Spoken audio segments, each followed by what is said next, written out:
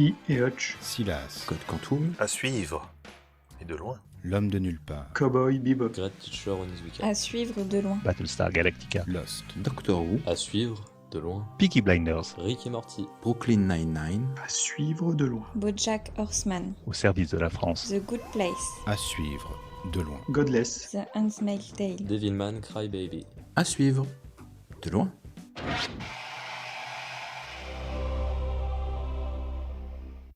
Bienvenue dans ce premier épisode de À suivre de loin, un podcast de la médiathèque de Rumilly.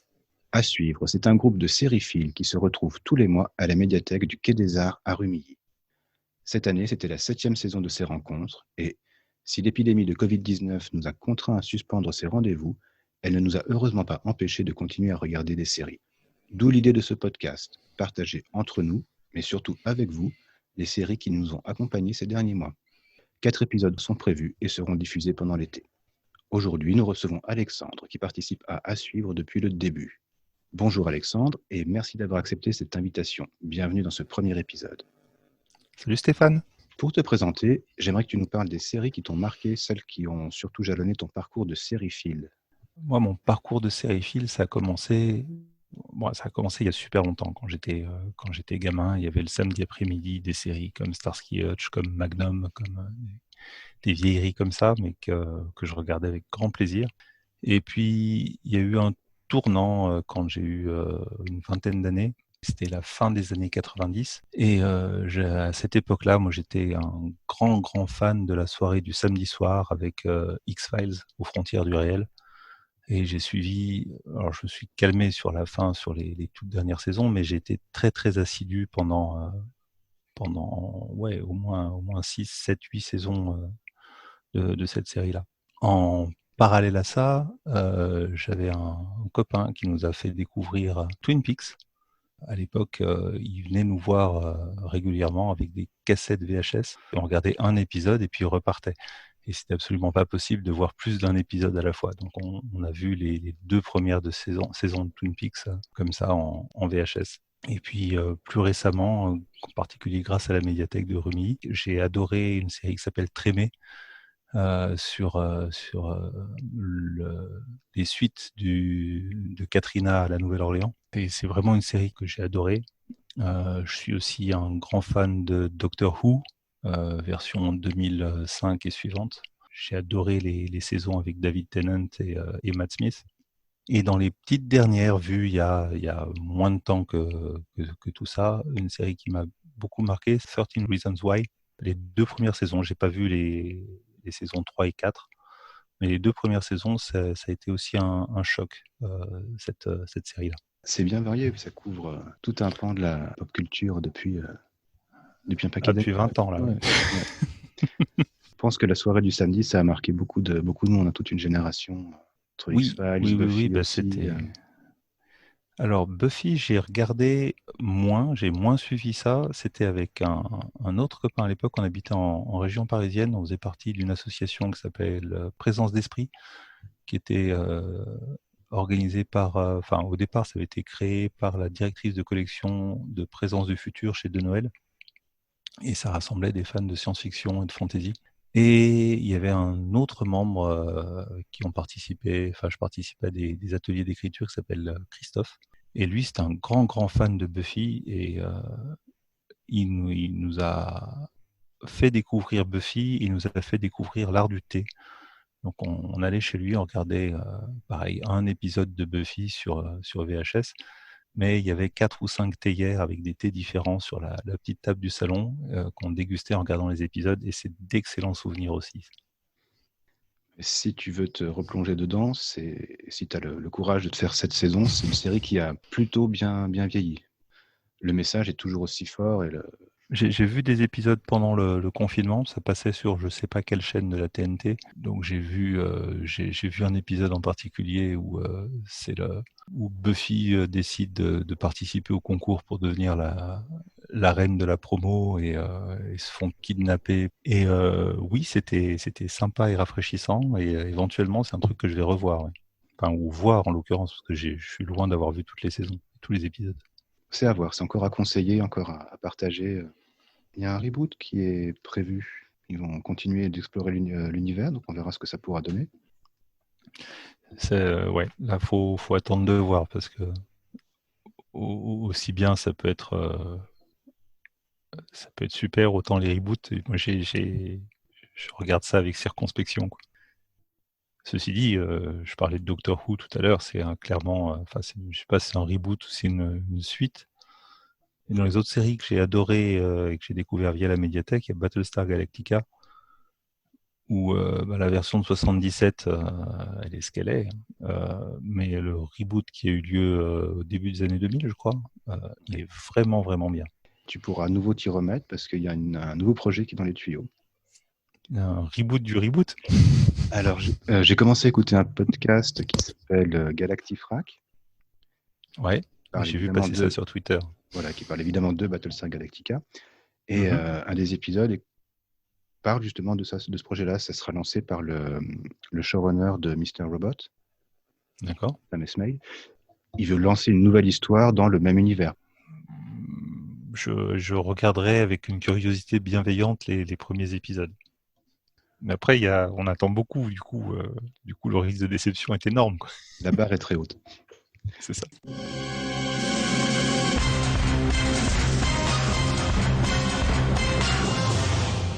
Et qu'est-ce que tu as vu depuis la dernière fois qu'on s'est vu, justement, depuis la dernière fois que tu es venu à suivre? Alors, j'ai vu des choses. On n'a pas beaucoup regardé la télévision à la maison.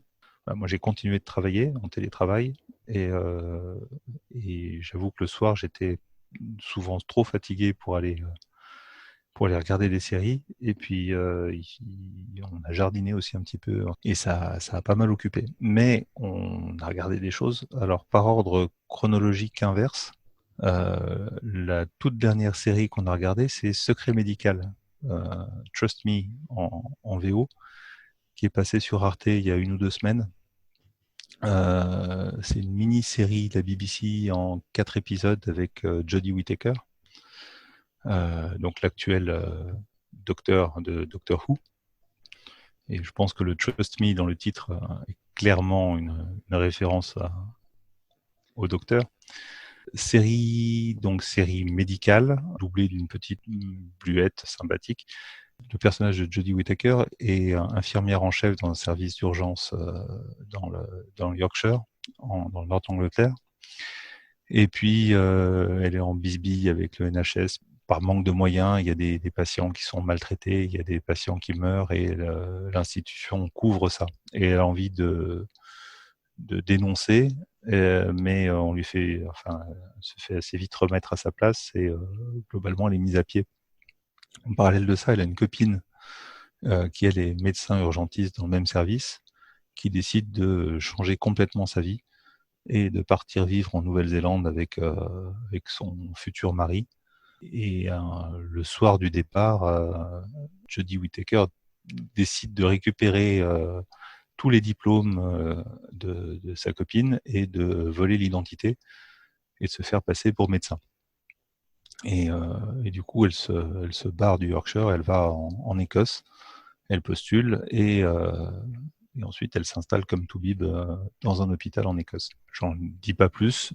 Il y a plein de bons côtés. La fin est un tout petit peu décevante, mais il y a on a passé 3 soirées sympathiques à regarder ces 3-4 épisodes. C'est une mini-série alors. Mini-série de 4 épisodes, ouais. D'accord. Et franchement, ça se regarde. J'ai eu des angoisses parce que forcément, c'est des histoires de secrets, de mensonges qu'il faut tenir et plus on s'enfonce dans le mensonge, plus ça devient difficile de tenir, etc., etc. Donc, il y a un peu de suspense de ce côté-là. Bon, c'est pas la série du siècle, on est bien d'accord. Ça reste un bon moment. Et sinon, on avait 2 packs de DVD qu'on avait empruntés à la médiathèque avant le confinement, en catastrophe. On a regardé Show Me a Hero, qui est une série de David Simon, réalisateur de Trémé, notamment, et The Wire, qui sont 2 séries qui m'avaient beaucoup plu. Show Me a Hero, ça parle d'une petite ville dans la banlieue de New York qui s'appelle Yonkers, qui c'est de la banlieue assez chic. C'est basé sur des faits réels. Il y a eu à un moment donné, une injonction en justice de promouvoir la mixité sociale et de construire des logements sociaux. Et qui dit logements sociaux dans ces coins-là, c'est des logements qui sont habités par pas mal de non-blancs, que ce soit des hispaniques ou des noirs. Et de les construire dans le côté est de Yonkers, c'est-à-dire le côté qui est majoritairement habité par des blancs. Et on suit le personnage qu'on suit, donc le héros en question. Il est élu au conseil municipal et il se présente contre le maire en place en disant moi je vais résister à cette injonction. Donc je vais refuser de construire les logements. Il est élu. Une fois qu'il est élu, il se rend compte qu'en fait il peut pas résister à l'injonction parce qu'il y a toute la force de la loi fédérale qui tombe dessus. Ça se termine avec une amende de 100 € par jour qui double tous les jours. Et donc ça arrive très très vite à des sommes qui mettent potentiellement la ville en faillite. Il est obligé de reconsidérer les choses et puis il se rend compte qu'en fait c'est la chose à faire de construire ces logements sociaux. Donc on suit cet homme-là, il essaie d'être cynique et politicien, mais il n'y arrive pas parce que fondamentalement c'est un brave type. Et la façon dont il se fait laminer par le système, par des électeurs blancs majoritairement qui sont complètement opposés à la construction de ces logements sociaux parce que leur maison va perdre de la valeur, parce que le voisinage va se remplir de drogués, parce que tout ça. J'ai pas autant aimé que Tremé ou The Wire, mais j'ai appris plein de choses sur la société américaine, ça reste une série de David Simon. Je veux dire, ça parle de la ville, ça parle, il y a un côté choral parce qu'on suit des habitants des quartiers pauvres qui vont se retrouver à avoir un logement social dans les quartiers riches, à devoir s'intégrer. On suit une nana des quartiers riches qui est au départ vent debout et à manifester et à hurler toute sa haine au conseil municipal. Et la façon dont elle se fait retourner en douceur par un autre personnage qui est joué par un acteur qu'on retrouve aussi dans Tremé et dans The Wire, parce qu'il ne faut pas changer des équipes qui gagnent non plus, qui tout en douceur va aller inclure des habitants des quartiers blancs pour les impliquer dans le processus de sélection, dans le processus d'intégration des nouveaux arrivants, et leur permettre de se rendre compte que c'est des vrais gens, c'est des gens responsables, c'est des gens respectables aussi. Et cette dame qui au départ vent debout se retrouve à militer pour la cause. Et c'est assez chouette. Il y a 2-3 défauts de réalisation, de point de vue et sur l'ensemble de la série. Il y a des moments où on ne sait pas trop où ça veut aller, mais ça reste un très très beau témoignage sur ces aspects sociaux et les aspects raciaux aux États-Unis. Et la 3e série qu'on a regardée récemment, c'est la dernière saison de Peaky Blinders. Alors Peaky Blinders, je l'ai pas cité dans mon portrait en série, mais ça reste une série que j'adore.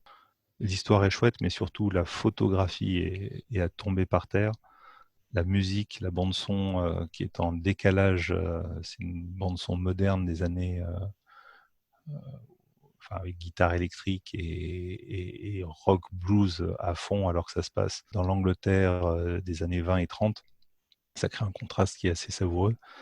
Je trouve que de saison en saison, la photographie, donc la prise d'image, le cadrage, la réalisation, c'est super léché. Rien que pour l'esthétique, ça vaut le coup de regarder cette série. Et en plus, les personnages sont vraiment chouettes. Comme c'est la dernière saison que j'ai regardée, j'ai un peu de mal je ne voudrais pas déflorer pour des gens qui n'ont pas vu les premières, mais regardez cette série-là, parce que c'est vraiment chouette. Je ne sais pas si tu penses qu'il faut que j'en dise plus, Stéphane. C'est difficile. Moi, on l'a vu aussi, c'est vrai. Pour une fois, on a peur pour Tommy. On sent que d'habitude, il a un plan. Cette fois, ça va être mais là, il est tombé il a trouvé son Moriarty, là, donc c'est vraiment compliqué. Ouais. Et puis là, le contexte historique aussi, c'est assez pesant. Ça se passe juste avant la Deuxième Guerre mondiale, dans les années 30. Ça résonne.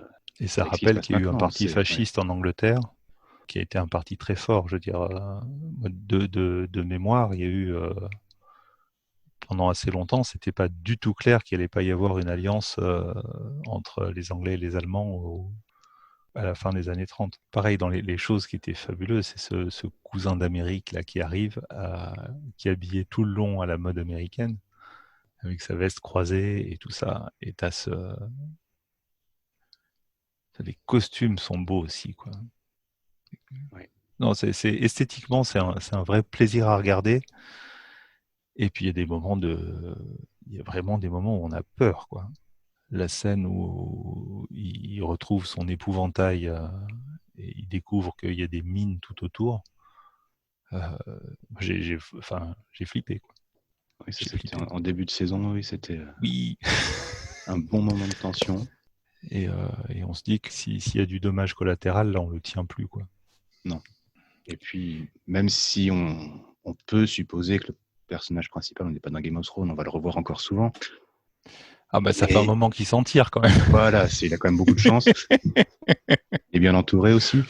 Mais chaque saison arrive quand même à se renouveler, à le mettre en place de nouveaux obstacles, de nouvelles personnes. Il y a des retours surprises aussi qui sont appréciables. Oui, on ne dira rien. Non. Mais c'était aussi un moment super agréable de le revoir, lui, parce que j'adorais ce personnage. Ouais. Et le déchaînement de violence du frangin aussi, qui est... Enfin, il y a plein de bonnes choses. Sur les saisons, la saison 3, je commençais à trouver que ça virait un peu trop esthétique et un peu trop à la facilité. 4 et 5, ça m'a bien réconcilié avec la série et j'ai hâte de voir la suite. Donc voilà, ça c'est les dernières séries qu'on a vues.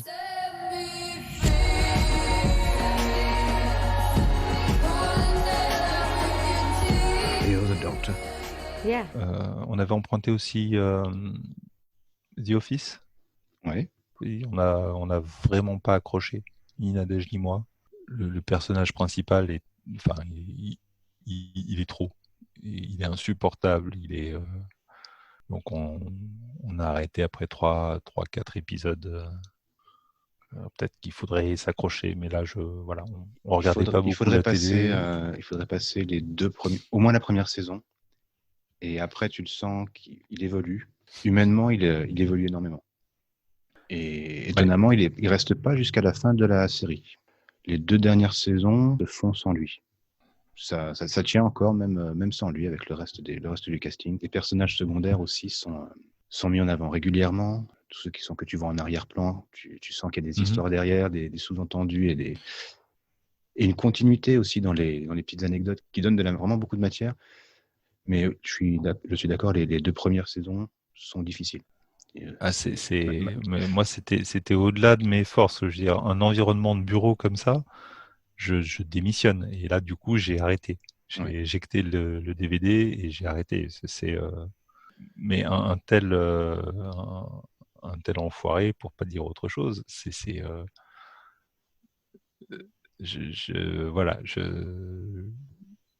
alors peut-être ça fait écho à des trucs que j'ai croisés, mais je veux pas, quoi.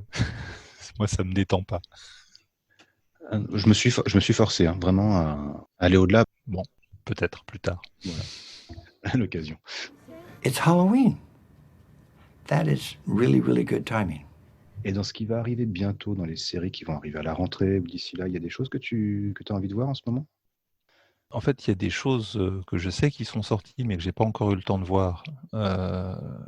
Parce que pas Canal, parce que actuellement pas de Netflix ou de choses comme ça.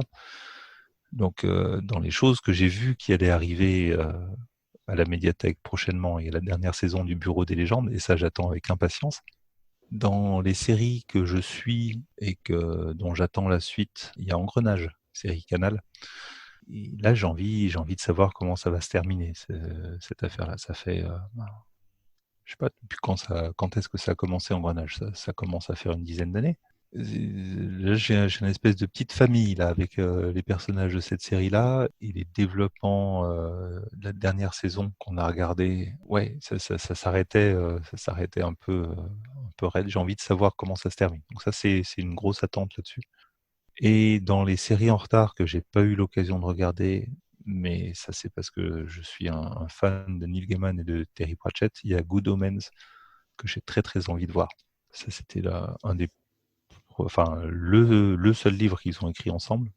Et c'était assez tôt dans leur carrière, et j'ai adoré ce livre-là, donc De bons présages en version française. Et j'ai très envie de voir ça. En plus, il y a David Tennant qui joue dedans, et du coup, c'est double raison, quoi. Triple. Si ça peut te faire plaisir, je l'ai catalogué hier. D'accord. Alors je me note ça dans un petit papier. Animals don't kill each other with clever machines, Angel. Only humans do that. Crowley. Ouais, donc tu as vu la liste des dernières séries qu'on a achetées. Il y en a d'autres que tu pourrais conseiller à nos auditeurs et nos auditrices? Alors, dans les choses que j'ai vues et que j'aime bien, il y a Baron Noir. Baron Noir, c'est vraiment une chouette série politique française. Ça parle des petites compromissions et des graves conséquences que ça peut avoir.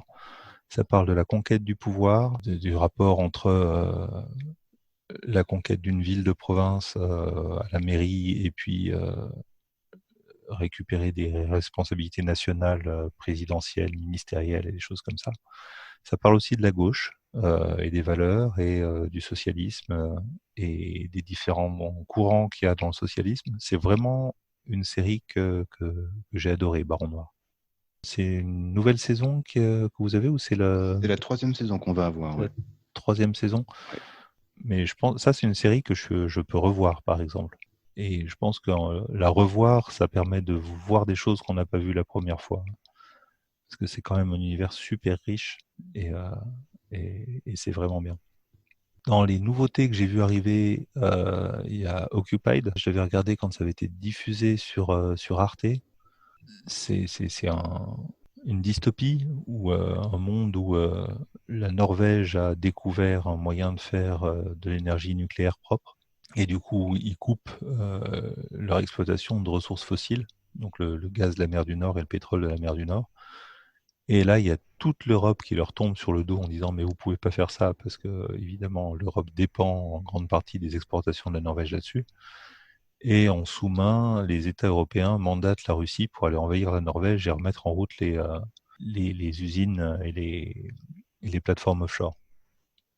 Et donc il y a ce contexte écologique en toile de fond. Et en vrai, la série, elle parle d'un État qui est envahi par un autre État, qui est occupé, Occupied, c'est vraiment le titre, et de comment les gens réagissent, jusqu'où on accepte les choses, et à quel moment les gens commencent à dire non et à se rebeller.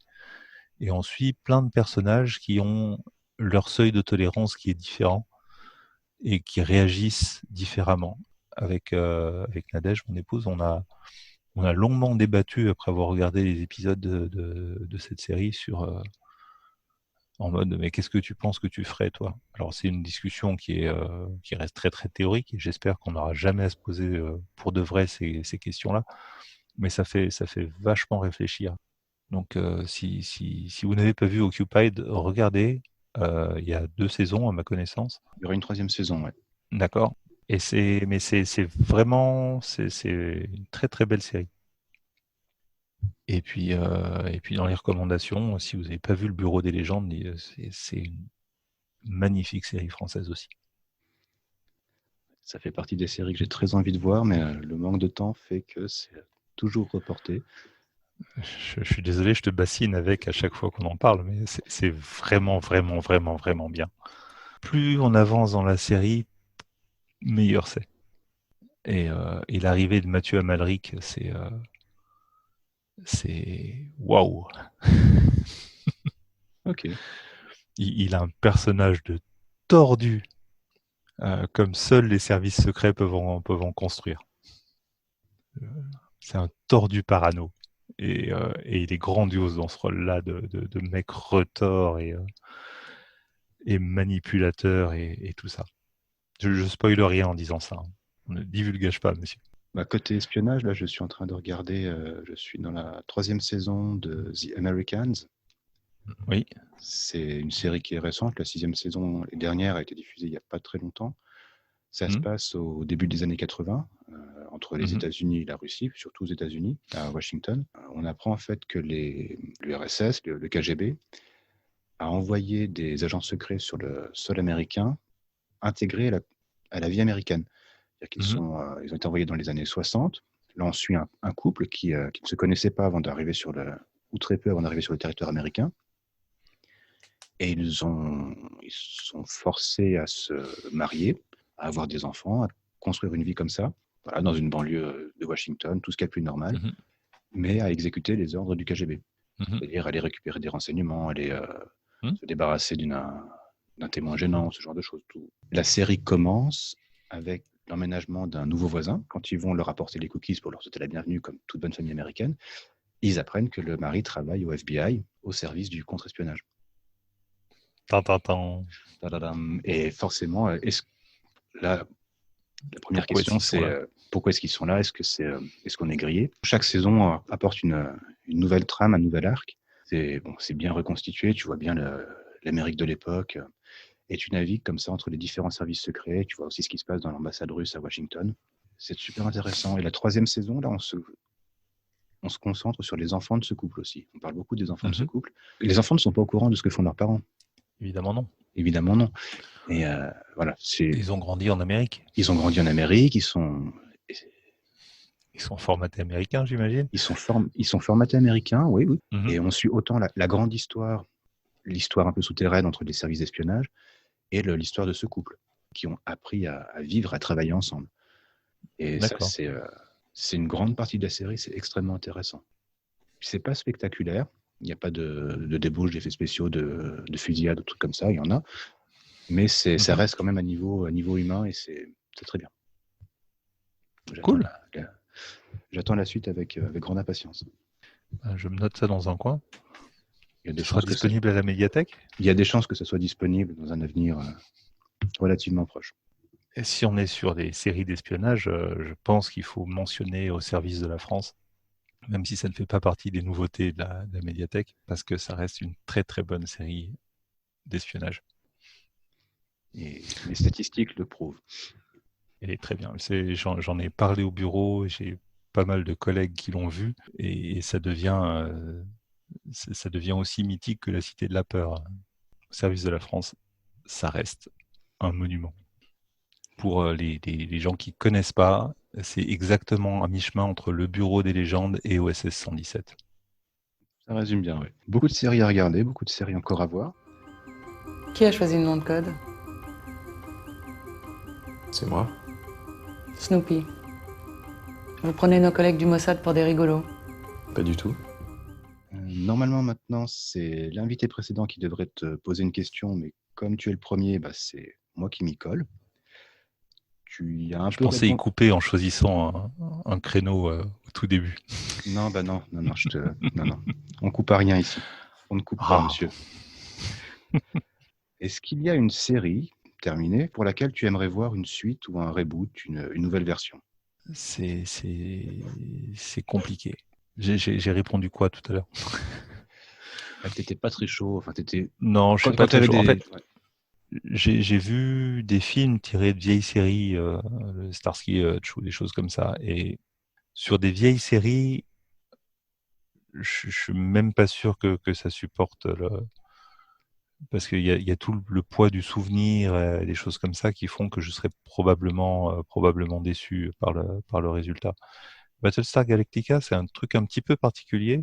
Et c'est pareil pour Doctor Who, en fait. C'est que j'ai pas connu la version précédente. Je les ai trouvées chouettes, mais en tant qu'œuvre autonome et indépendante, parce que je connaissais pas les versions précédentes. J'ai essayé de regarder Battlestar Galactica 77. Ça pique quand même. Ça pique pas mal. Voilà. Mais peut-être que si je l'avais regardé à l'époque ou au début des années 80, je garderais un souvenir ébloui de cette série-là. Donc, j'exclus pas qu'il puisse y avoir des chouettes reboots. Je veux dire, c'est pas une opinion gravée dans le marbre, mais c'est juste les choses dont j'ai un souvenir nostalgique. Il faut pas toucher à ces souvenirs-là, en fait, parce qu'il y a un risque de déception qui est énorme.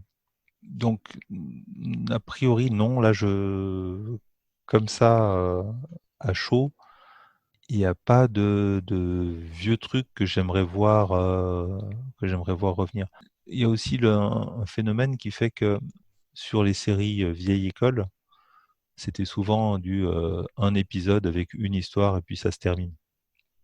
Alors que là, j'apprécie plus les séries qui sont sur le long terme, avec un grand développement et qui est en fait un espèce de film de 18 heures étalé découpé en feuilleton. Donc là, je sais pas.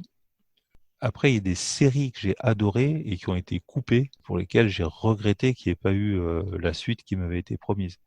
Dans ces séries-là, j'aurais aimé voir une suite de Firefly, par exemple, que j'avais adoré et qui s'arrête de façon, on va dire, abrupte. Après, on doit être 20 ans après ou quelque chose comme ça. Les acteurs ont vieilli, je suis pas sûr qu'on puisse faire quelque chose. Mais l'univers était chouette. Et peut-être que dans ce contexte-là, un reboot de Firefly pourrait être intéressant à approfondir. Et une autre série que j'avais adorée et sur laquelle s'il y avait une suite ou des prolongements, je dirais pas non, c'est Deadwood. Mais c'est pareil, c'est des séries que j'ai adorées aussi parce que les acteurs.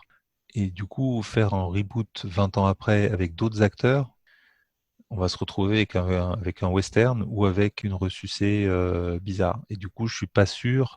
C'est sur le coup que j'aurais aimé avoir une suite, mais peut-être que longtemps après, ça fait pas de sens d'aller poursuivre cette histoire-là. Je veux dire, c'est fini. C'est triste, mais c'est comme ça. Ce qui veut pas dire qu'on peut pas refaire quelque chose ou retourner la série avec d'autres acteurs et que ça permettrait à des gens qui n'ont pas vu la série, la première, de l'apprécier. Mais du coup, peut-être que je la regarderai pas.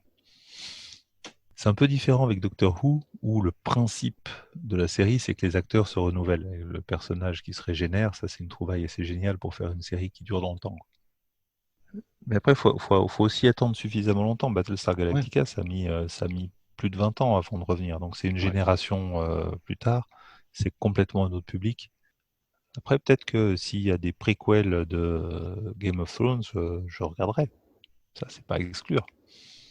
Mais si tu parlais d'un reboot ou d'une suite de Buffy, ça, tu vois, j'ai pas suffisamment regardé Buffy pour avoir une déception ou une trahison en regardant le reboot.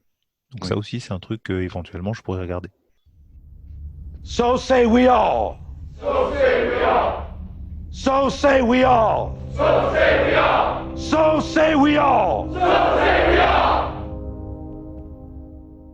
Bon, je te propose d'arrêter là sur les séries et de parler un petit peu de podcast, si tu veux bien, histoire qu'on puisse en recommander quelques-uns à nos auditrices et à nos auditeurs. You know what I just discovered recently? Podcasts. There's like 1 billion of them, and they just keep coming. On peut commencer par un podcast de série qui s'appelle Un épisode et j'arrête. Je pense que tu connais. Tu veux dire quelques mots de ce que tu en connais, de ce que tu as déjà écouté? On a écouté pas mal avec Nadège. Le premier truc que j'apprécie sur le format d'un épisode et j'arrête, c'est la durée. C'est un podcast de 30 minutes. Et 30 minutes, ça correspond à plein de choses. Des petits trajets en voiture pour aller... ou des choses comme ça. Et du coup, c'était un format qui nous convenait assez bien à écouter en voiture pendant des déplacements. Ensuite, il y avait toujours 3 ou 4 intervenants.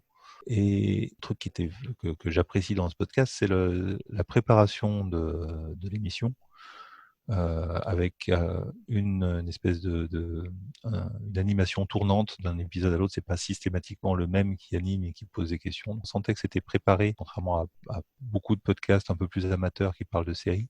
Et ils avaient aussi une diversité de formats agréables, soit des formats thématiques où on parle de la série médicale, ou de la série de science-fiction. Les battles des séries étaient assez sympas, où ils donnaient des arguments en faveur et en défaveur de 2 séries avec un thème commun ou un point commun.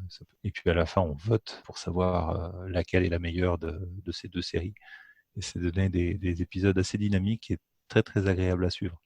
Donc j'étais super déçu quand ça s'est interrompu pendant assez longtemps, et je suis très content que ça reprenne. C'est toujours aussi bien, c'est toujours aussi dense et maîtrisé et intéressant. Et il y a un gros effort de fait pour pas divulgacher de points critiques. Et En dehors des séries, est-ce qu'il y a un autre podcast que tu pourrais nous recommander? Alors, moi, j'écoute en ce moment le premier podcast que j'ai envie de vous recommander, ça s'appelle Les couilles sur la table. C'est un podcast de Binge Audio et ça parle de masculinité avec un regard féministe sur la masculinité. Mais le principe de base, c'est qu'en sociologie, souvent, on étudie les minorités et on définit ces minorités par les différences qu'il y a par rapport à la norme. Et le féminisme s'est construit comme ça. Alors, c'est pas non pas que les personnes de sexe féminin soient une minorité, mais elles sont retrouvées marginalisées dans un monde où globalement l'homme, avec un petit h, définit la norme. Et du coup, il y a une tendance récente qui consiste à s'intéresser non pas à la minorité par rapport à la différence à la norme, mais à définir la norme. Et du coup, c'est un regard sur qu'est-ce que c'est qu'être un homme, comment est-ce qu'on éduque, comment est-ce qu'on vit. Et du coup, en filigrane ou par effet d'ombre, en négatif, on voit la place des femmes dans ce même monde. Et c'est un regard que moi je trouve intéressant. J'ai appris beaucoup de choses. Et c'est un podcast, c'est peut-être un peu emphatique de le dire comme ça, c'est un podcast qui a changé ma vie. En tout cas, j'essaie de changer ma vie après avoir écouté ce podcast-là. Et un des derniers épisodes que j'ai écouté, s'appelle Le patrimoine en jeu capital. Et ça parle, alors évidemment, des inégalités de revenus entre hommes et femmes, mais aussi de tout ce qui se passe au moment des successions ou des séparations, et qui fait que même si théoriquement, au moment d'une succession, le partage doit être fait à part égale entre tous les enfants d'une même fratrie, et ben en pratique, c'est pas si vrai que ça. Et c'est intéressant de savoir ça, ne serait-ce que parce que moi j'ai des frères et des sœurs, et du coup il va falloir se préoccuper que ça se passe différemment le jour où ce qui doit arriver inéluctablement arrivera. Et c'est aussi intéressant parce que j'ai des amis IES qui sont en instance de séparation, et c'est intéressant de pouvoir leur parler de ça, leur faire écouter, et qu'elles puissent éviter un certain nombre de pièges. Et ça aide à prendre conscience de qu'est-ce que c'est que les privilèges qu'on a en tant qu'homme, mais pas que ça. Ça parle aussi des faiblesses. Il y a un des épisodes des couilles sur la table qui parle de l'éducation des garçons, où on leur interdit de pleurer, on leur interdit d'exprimer leurs sentiments, et c'est assez c'est poignant. Et moi, ça peut renvoyer à des choses de l'enfance. C'est pas forcément, c'est pas une écoute facile, pas tous. Puis il y a les plus rigolos, celui sur les hommes et la bagnole, et franchement à rigoler. On s'en doutait un petit peu au titre. Et le deuxième podcast que j'ai envie de vous proposer, c'est Parler comme jamais. C'est aussi un podcast qui est produit par Binge Audio. J'aime beaucoup les podcasts de Binge Audio. Il a fallu en choisir que 2. Et c'est un podcast sur la langue française. C'est animé par Lélia Véron, qui est une linguiste. Et il y a plein de thèmes et de réflexions sur la langue. Donc ça va sur les mots des insultes, sur les accents, les fautes d'orthographe. Pareil, c'est un podcast qui fait réfléchir. Ça fait du bien de réfléchir sur des choses comme ça auxquelles on n'a pas l'habitude de réfléchir. Il y a un des épisodes qui s'appelle « Votre dictionnaire est-il de droite ?»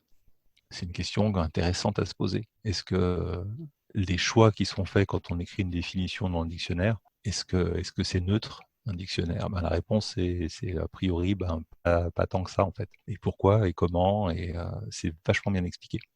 Donc 3 podcasts à écouter, un sur les séries, un épisode et j'arrête, et 2 podcasts de Binge Audio, Parler comme jamais et Les couilles sur la table.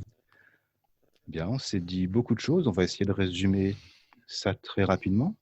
On a parlé de beaucoup de séries, on a parlé d'X-Files, de Twin Peaks, Tremé, Doctor Who, 13 Reasons Why, Battlestar Galactica, Buffy contre les vampires, Trust Me, Show Me a Hero, Peaky Blinders, The Office, Le Bureau des légendes, Engrenage, Baron Noir, Good Omens, Au service de la France, Occupied, The Americans. Beaucoup peuvent être empruntés à la médiathèque. Et encore une fois, merci Alexandre d'avoir accepté notre invitation et j'espère qu'on se reverra bientôt. Avec plaisir.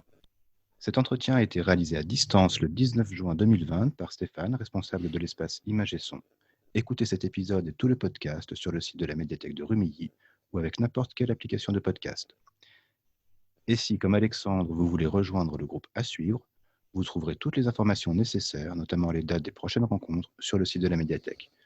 Nous espérons avoir le plaisir de vous y retrouver autour d'un bon café. Impeccable. Be seeing you.